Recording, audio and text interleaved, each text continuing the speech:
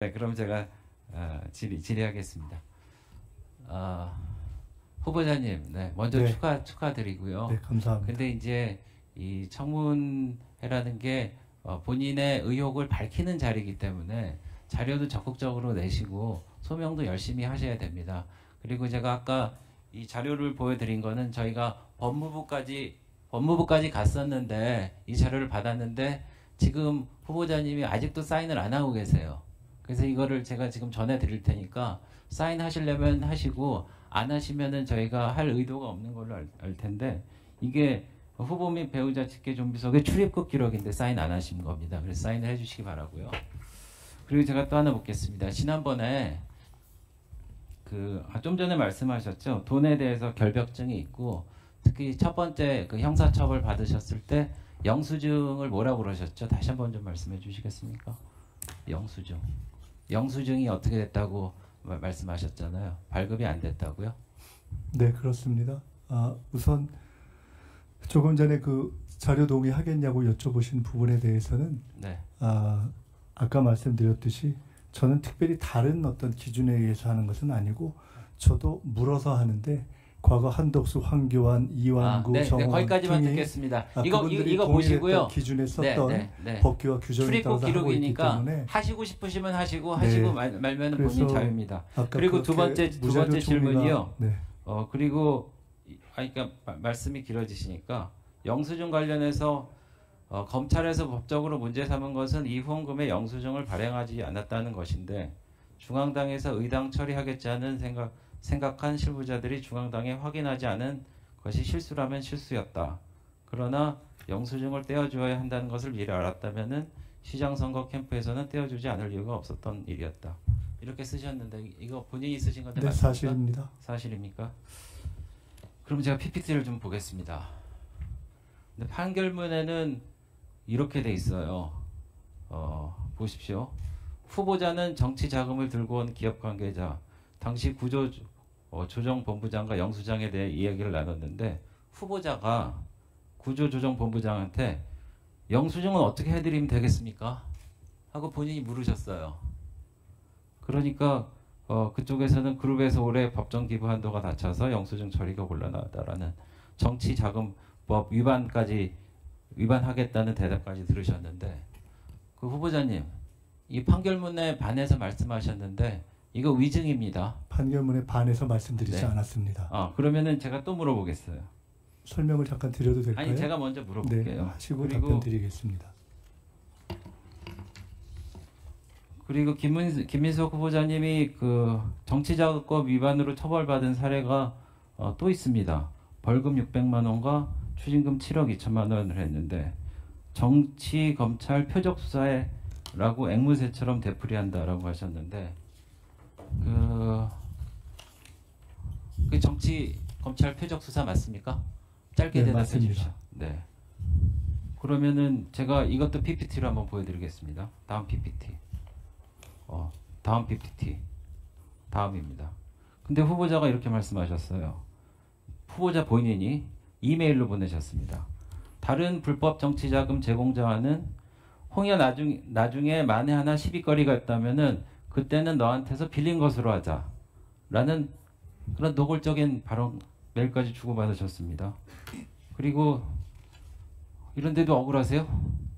네, 설명드리겠습니다. 네, 그리고 잠깐만요. 제가 일단 한번 설명을 해보시죠. 설명드릴까요? 네, 네. 첫 번째는 조금 전에 앞을 혹시 PPT를 앞으로 해주시면 1차 해도 될까요? 네, 부탁드려도 될까요? 네, 말씀을 하십시오. 1차 정치자금에 아까 그룹에서 올해는 법정 기부 한도가 닫혀서 영수증 처리가 곤란합니다. 라고 하고 중략을 하시고 판결에 대해서 쓰셨는데 그 뒤에 제가 그러면 나중에 실무적으로 처리를 할 방법이 있는지 알아보겠습니다. 라고 하고 제가 전달했다는 부분은 빠져서 지금 말씀을 하셨고 아니 근데 그 부분이 포함돼도 마찬가지인 게요. 왜냐면은 후보자가 영수증 발행에 대해서 전혀 상관하지 않고 몰랐다는데 영수증 발행은 안 해주십니까? 라고 물어보셨잖아요. 아니, 그러니까 제가 영수증 몰랐다고 발행에 하지 대해서 않았습니다. 이제 알고 계셨다는 겁니다. 네, 그래서 알고 저는 있었기 때문에 거기까지 제가 알고 있었기 때문에 질문을 할 그것을 거고요. 실무자에게 전달한 것이고요. 나중에 또 질의하시면 두 번째 네네. 부분 답변을 드려야 네네, 될 것 같은데 말씀을 하십시오. 두 번째 부분은 정확하게 저것이 검찰이 어떻게 공소장을 잘못 쓰는가에 대한 드러나는 것인데요. 판결문입니다. 공소장 아닙니다. 그 판결문의 공소장을 조금 반영한 것입니다. 만에 하나 시비거리가 있다면 그때는 빌린 것으로 하자는 취지의 메일, 취지라는 용어를 통해서 정확한 워딩이 틀려졌습니다.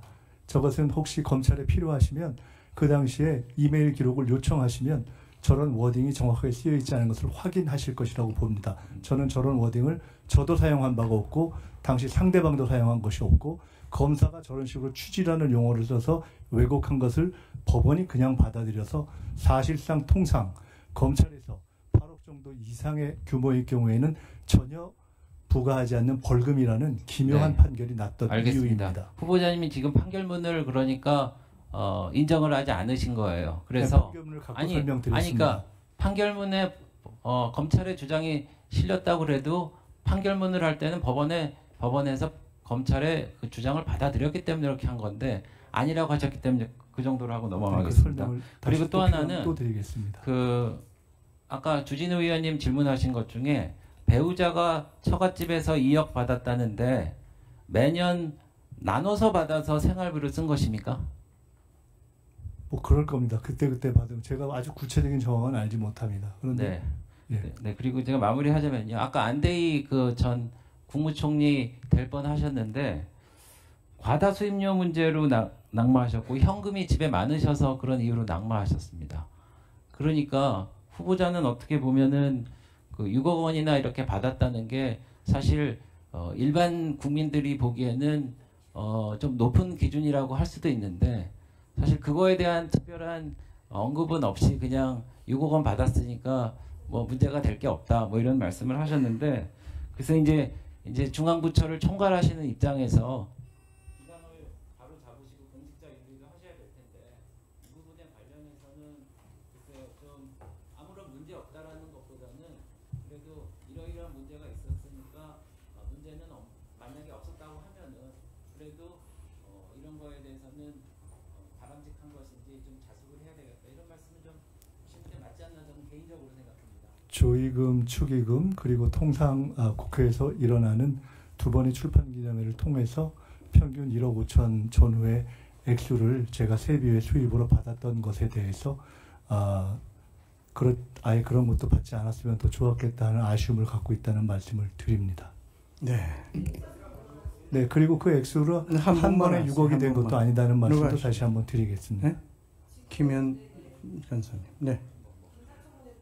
의사진행 발언이요. 네, 인사청